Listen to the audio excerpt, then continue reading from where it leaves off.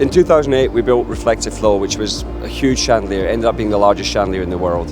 It was built with another great team, with my friends at Seco with LEDs and Martin Gagnon and some other people. But it was another collaborative project. But one of the things that happened was that whenever they left, I had the chance. I was going in to fix some glass, to change some panels of glass in the inside of the chandelier.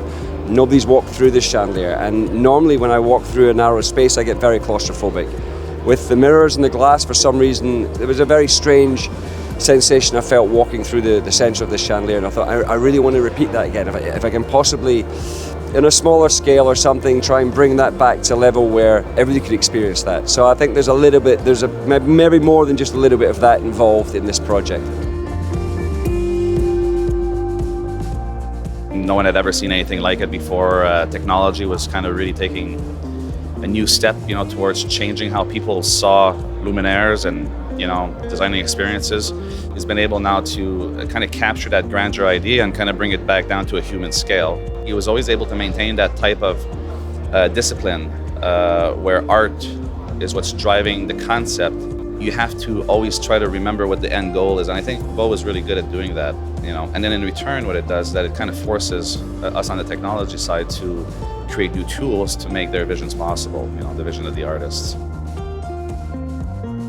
Sometimes what you need is a sense in a project, a real, leitmotif of what you need to do. So being able to work with him is to explore another way of creativity in which things flow to create such amazing things like Dimple.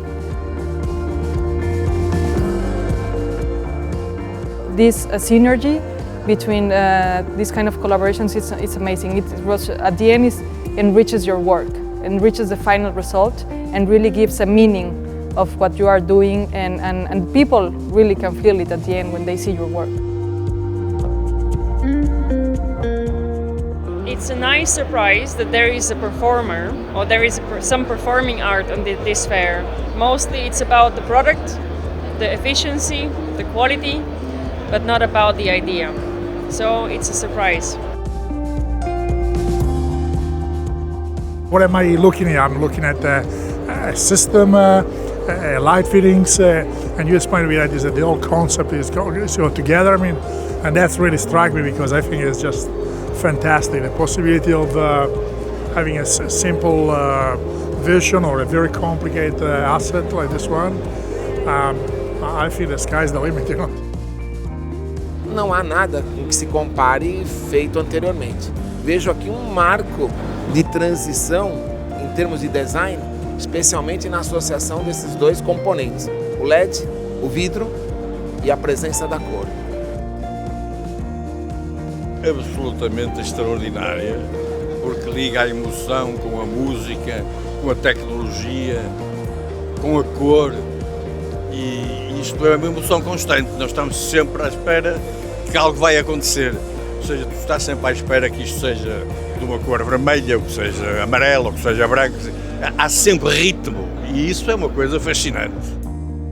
You really quickly forget that it's technology. You're really in more for the experience. You have interactivity, and you have beautiful materials, and you have beautiful environments, and the technology is really there to help kind of just drive the message. Cada feira, obviamente, marca um grande passo, um grande marco na vida de qualquer empresa. Obviamente que esta, em particular, é para apresentarmos um projeto ambicioso que marca, inclusivamente, a criação de um novo espaço de concepção e desenvolvimento para trabalhar os projetos mais criativos e cujo desafio é sempre um risco, mas ao mesmo tempo é uma paixão. Hab 50 will be inaugurated later this year. One of the problems I have working on huge projects around the world is it's very difficult to work with all the different elements. When I built Reflective Flow, I spent most of my life on a plane. I was working in Montreal, then back to London, then over to China, over to Japan, and it's very hard to keep the whole project flowing.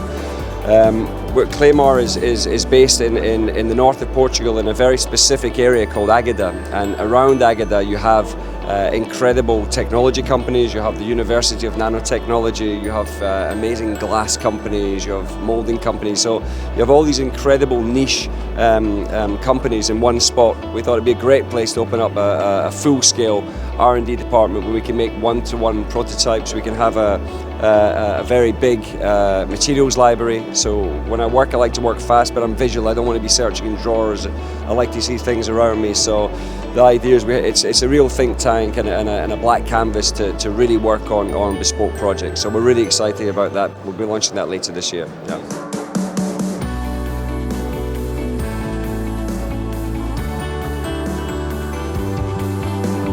I'd just like to thank everybody that took the time to visit us. Your comments have been amazing. The cards, the energy that you gave us back from this project has been, the photos. I mean, you stand out here, it's like walking in some sort of paparazzi shoot. You know, it's just incredible. So hundreds of people here every day. I'd like to thank all of you for enjoying, for coming, for visiting us in Frankfurt, and we'll be back in 2 years' time with something even bigger and better. So thanks to everybody and to everybody that was involved and to everybody I've not mentioned. There was so many of you to make this project happen. Thank you, thank you, thank you.